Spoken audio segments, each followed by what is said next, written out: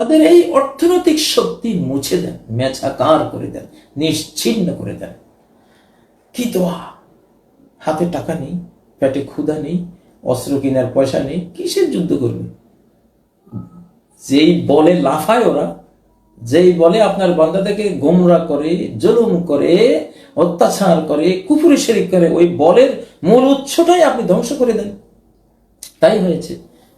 একবার জলোচ্ছ্বাস এসে সব সম্পত্তি ধ্বংস করে দিয়েছে, আবার পঙ্গপাল এসে সব ফল ফসল খেয়ে সাবা করে ফেলেছে, আবার চার পোকা এসে তাদের ঘরে দুয়ারে বাইরে এখানে সেখানে সবকিছু মেজাগার করে দিয়েছে, ব্যাঙ বাহিনী এসে যেখানে যা পেয়েছে সব খেয়ে নিঃশেষ করে ফেলেছে, এবং তারা যেখানে ঘুমিয়েছে গায়ের উপরে টাল হয়ে স্তূপীকৃত হয়ে ব্যাঙেরা তাদেরকে চাপা দিয়েছে। মানে এসব অত্যাচারে সম্পদ সবকিছু ধ্বংস হয়ে হয়ে এমন এক পর্যায়ে চলে গেছে, তখন আর আল্লাহর বিরুদ্ধে যুদ্ধ করার ক্ষমতা তারা হারিয়ে ফেলেছিল। তো এই অবস্থা এখন হবে তমসুল আমওয়াল রব্বানা তুমিস আলা আমওয়ালিহিম। আমাদের এই যুগে এটা হবে। আজকে যে ব্যাংকিং নেটওয়ার্ক দিয়ে গোটা বিশ্বকে মুদ্রা দিয়ে নিয়ন্ত্রণ করা হচ্ছে, এই মুদ্রার উপরে তমস আসতে পারে, মানে মুদ্রা থাকবে কিন্তু কোনো ভ্যালু থাকবে না। হঠাৎ মুদ্রার মান নিঃশেষ হয়ে যাবে, নিশ্চিহ্ন হয়ে যাবে, অথবা মুদ্রাই উঠে যাবে। মুদ্রা উঠে গিয়ে কতগুলো কার্ড অথবা কতগুলো সংখ্যা দিয়ে ব্যাংক অর্থনৈতিক ব্যবসা বাণিজ্য চলবে। এগুলো আকাশের যেই ফারতাকিব ইয়াওমা তা'তিস সামাউ বিদুখানিম মুবিন, অপেক্ষায় থাকো যেদিন আকাশ খুল্লুম খোলা ধূম্রপুঞ্জ নিয়ে আসবে। সেই একটা আল কাওকাব যুজ্জানাব, লেজওয়ালা গ্রহ ধূমকেতু, ধূম্রপুঞ্জ বিশিষ্ট, কোটি কোটি পাথর বিশিষ্ট যে গ্রহ আক্রমণ করবে বলে সূরা দোখানের 10 নম্বর আয়াত থেকে আল্লাহ বর্ণনা করেছেন। ওটার আক্রমণে বিশ্ব অর্থনৈতিক ব্যবস্থা মেচাকার হয়ে যাবে।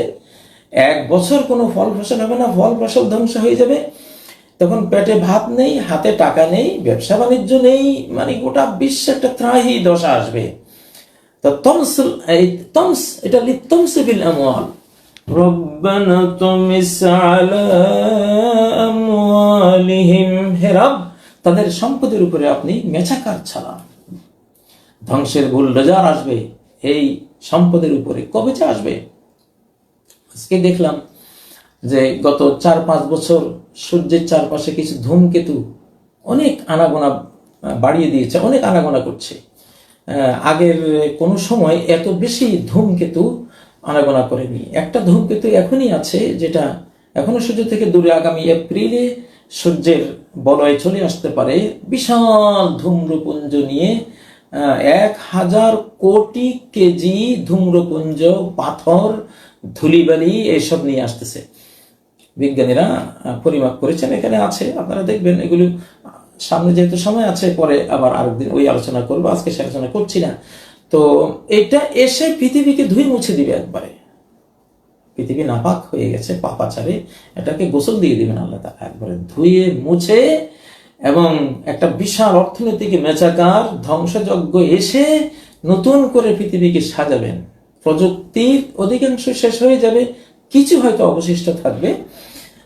তা যাই হোক প্রিয় ভাই বোনেরা, কোরআনের দৃষ্টিকোণ থেকে এমন একটা যুগ আসতেছে। তো আমি গতকালকে যে লাঠিওয়ালার কথা বলেছিলাম, সহিহ বুখারীর একটি হাদিসের বরাত দিয়ে, যে ইয়াসুকুন নাস বিআসাহ, এমন এক বিস্ময়কর লাঠি। মুসা আলাইহিস সালামের লাঠি যেমন ছিল বিশাল শক্তি, পাহাড়ে পর্বতে পাথরের উপর আঘাত করেছে, 12টা ঝর্ণা বেরিয়ে গেছে, সাগরে আঘাত করেছে, 12টা রাস্তা বেরিয়ে গেছে, লাঠি ফেলে দিয়েছে সাপ হয়ে ফেরাউনের সমস্ত 70,000 জাদুকরদের যত আয়োজন, যত লাঠি সোটা রশি দড়া জাদুর যা কিছু সব খেয়ে সাবাড় করে ফেলেছে। তো এইরকম ক্ষমতাধর আরেক লাঠিওয়ালা কিন্তু আসতেছে ইনশাআল্লাহ। এখন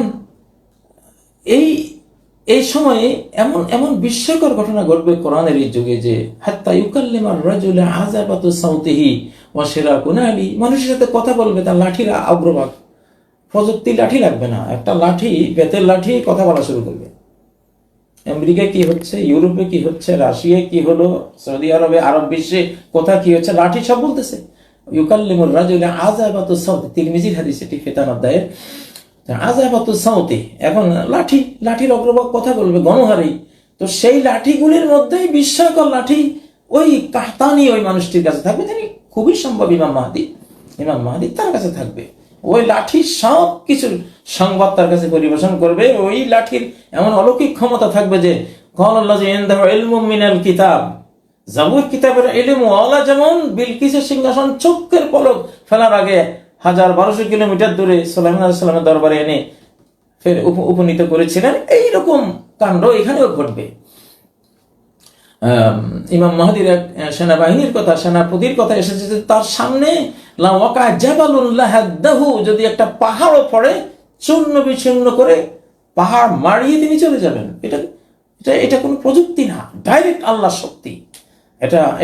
এটা কোরআনিক পাওয়ার, কোরআনিক প্রযুক্তি। তো তখন তো লাঠিরা কথা বলবে। ও সেরাক ও না আলিহি, তার স্যান্ডেলের ফিটা তাকে বিশ্ব সংবাদ পরিবেশন শুরু করে দেবে। স্যান্ডেলের ফিতা, এটা কোনো প্রযুক্তি লাগবে না। এটাতে প্রযুক্তিহীন একটা জিনিস আসতেছে, সেটা হলো এর হাদিসের পরের অংশ হলো ওয়ায়ুখবিরুহু ফাকিজুহু বিমা আহদাসা আহলুহু বাদাহু, স্বামীকে তার রান, তার উরু, রান আমাদের রান, যেটা রান সংবাদ দেওয়া শুরু করবে যে তোমার তো ঘরে এই ঘটনা ঘটেছে, পরিবারের মধ্যে কি সমস্যা হচ্ছে, কোথায় কি হচ্ছে, পরিবারে আমেরিকায় থাকুক আর ইউরোপে থাকুক আর কানাডায় থাকুক, বাংলাদেশে স্বামীর রান, স্বামীর উরু, স্বামীকে তার স্ত্রীর, তার পরিবারের সমস্ত সংবাদ পরিবেশন করা শুরু করে দেবে। তো এমন এক বিস্ময়কর জামানায় আমরা এসে পড়েছি প্রায়। কারণ আখিরাতে তো চামড়ায় কথা বলবে, হাতে কথা বলবে, পায়ে কথা বলবে, সারা শরীর কথা বলবে, সবকিছু তো কথা বলবে। তো সেই আখিরাত তো ঘনিয়ে আসছে। আখিরাত যত ঘনিয়ে আসবে, আখিরাতের সিমটম গুলো, সেখানে যা ঘটবে তার কিছু নমুনা, যাতে আখিরাত আমরা বুঝতে পারি, আখিরাতের ওই কাজগুলো যাতে, ওই কাণ্ডগুলো যাতে আমরা বুঝতে পারি, একটু এক্সাম্পল, নমুনা পৃথিবীতে শেষ জমানায় অবশ্যই আল্লাহ দিবেন, না হলে আমরা আখিরাত বুঝবো কি করে? এই জন্যই এই ধরনের ঘটনা ঘটবে। তো সেই মহাশক্তিধর ব্যক্তির আগমন, মহাশক্তিধর মুসলিম উম্মাহ, মহারাজ আল কোরআন ইনশাআল্লাহ পৃথিবীতে আসবে। তার রহমত, তার বরকত, তার নেয়ামত, সাফল্য, তার মানবিক গুণাবলী, মানবতার যত গুণাবলী, সবকিছুকে বাস্তবায়ন করার জন্য ইনশাআল্লাহ আল কোরআন আসবে। এই উম্মাহ আসবে, ইমাম মাহদী আলাইহিস সালাম আসবেন, হযরত ঈসা আলাইহিস সালাম আসবেন, কারো ক্ষতি করার জন্য নয়, মুক্তির জন্য। জান্নাতে যেতে না চাইলে জোর করে বেঁধে হলেও জান্নাতে নিয়ে যাবেন, সেই জন্য আল্লাহ তাআলা তৌফিক দিন। আমরা চাই এমন মানুষ আসুক, আমরা জান্নাতে যেতে না চাইলেও উনি আমাদেরকে জাহান্নাম থেকে মুক্ত করে জান্নাতের দিকে নিয়ে যাবেন। জান্নাত যেদিন যাব সেদিন তো বুঝবো কত মহৎ কাজ তিনি করেছেন, তখন তো তার জন্য দোয়ায় আমরা বিগলিত হয়ে যাব। আল্লাহ তৌফিক দেন। আজকে এই পর্যন্তই। সুবহানাকাল্লাহুম্মা ওয়া বিহামদিকা আশহাদু আল্লা ইলাহা ইল্লা আনতা আস্তাগফিরুকা ওয়া আতুবু ইলাইক। আসসালামু আলাইকুম ওয়া রাহমাতুল্লাহি ওয়া বারাকাতুহু।